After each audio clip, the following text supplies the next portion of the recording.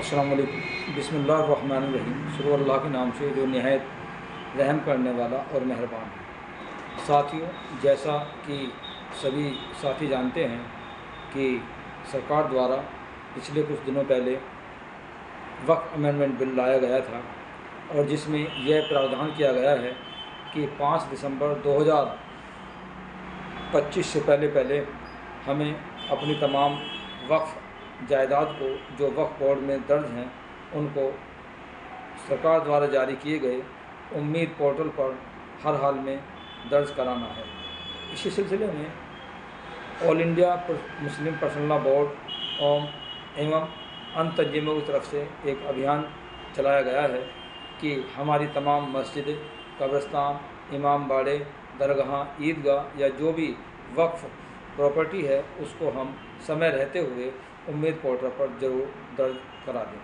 इसी सिलसिले में सोशल एंड जस्टिस फाउंडेशन खिदमत बैंक ने भी एक मुहिम चलाई हुई है और हम लोग जिसमें हमारी टीम के अंदर डॉक्टर शोएब एडवोकेट साहब, मैं खुद रियासत अली एडवोकेट, मुफ्ती मुस्लिम साहब, डॉक्टर अब्दुल माजिद साहब इस मुहिम को आगे बढ़ाए हुए हैं और जगह जगह इस बारे में लोगों को जागरूक करने के लिए एक मीटिंग कर रहे हैं।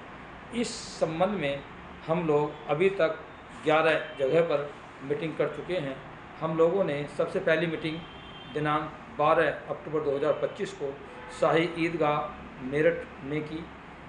दिनांक 17/10/2025 को मवाना तहसील की एक मीटिंग मक्की मस्जिद मवाना में की, जहां पर मवाना और मवाना के आसपास के क्षेत्र के तमाम गांवों के आइम्मा हजरात और मतवल्लियान को बुलाया गया था। इसी प्रकार हमने दिनांक 19 अक्टूबर 2025 को कस्बा सिवाल में मीटिंग की, जहां पर कस्बा सिवाल एवं आसपास के गांवों के जिम्मेदार लोगों को बुलाया गया था। और इसी प्रकार फिर दूसरी मीटिंग उसी दिन हमने कस्बा लावड़ में की। वहाँ पर भी कस्बा लावड़ और आसपास के गांवों के आइम्मा हजरात और मतवल्लियान हजरात को बुलवाया गया था। और फिर दिनांक 19 अक्टूबर 2025 को ही एक मीटिंग हमने और की।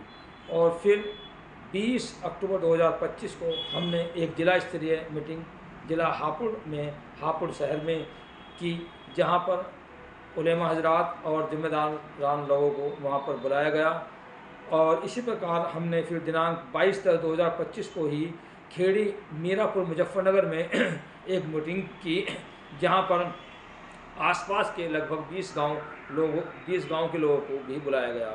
और दिनांक 22/10/2025 को ही एक मीटिंग फिर हमने कस्बा बहसुमा में की। वहाँ पर भी कस्बा बहसुमा और आसपास के दिगर गाँवों के जिम्मेदार लोगों को बुलाया गया।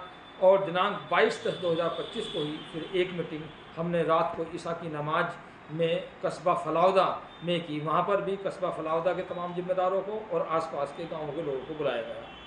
फिर दिनांक 25/10/2025 को हमने एक मीटिंग कस्बा खिवाई हर्रा खिवाई में की। वहाँ पर भी कस्बा हर्रा खिवाई के लोगों जिम्मेदार लोगों को और आसपास के गाँवों को बुलाया गया।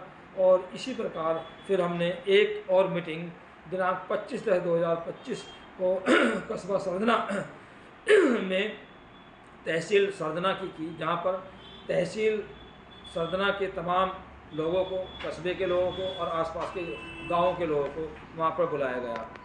इसी प्रकार हम लोग जगह जगह मीटिंग करके और मीटिंग में एक वर्कशॉप करते हैं और वहाँ पर लोगों को ये बताते हैं कि वक्फ जायदाद को उम्मीद पोर्टल पर डालना कितना ज़रूरी है और किस प्रकार उसे उम्मीद पोर्टल पर डालें और कागज़ कहाँ कहाँ से कैसे तैयार करें।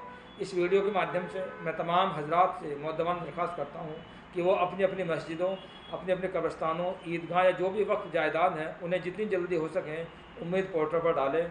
हाँ, उम्मीद पोर्टल पर कुछ लोगों की समस्याएँ ये आ रही हैं कि हम अपनी जायदाद जो वक्त में प्रॉपर्टी है वो कहाँ से हम कलेक्ट करें। इसके लिए मैं ये बताना चाहता हूँ कि एक गजट हुआ था सन 89 में, जो वक्फ हुआ था, सर्वे हुआ था, उसके बाद सरकार ने गजट निकाला था, उसके बाद भी गजट है।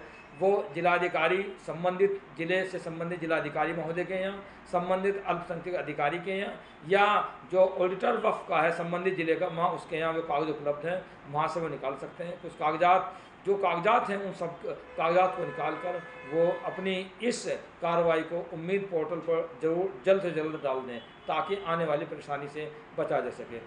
मैं उम्मीद करता हूँ कि तमाम हजरात मेरी इस बात को समझेंगे और इस बात को जो भी सुन रहे हैं वो दूसरी जगह तक पहुँचाएँगे ताकि हम अपनी वक्फ जायदाद को जल्द से जल्द उम्मीद पोर्टल पर डाल सकें। अल्लाह ताला इस काम में लगने वालों की भरपूर मदद फरमाए और तमाम आने वाली परेशानियों से महफूज रखे। खुदा हाफिज़। अस्सलाम वालेकुम।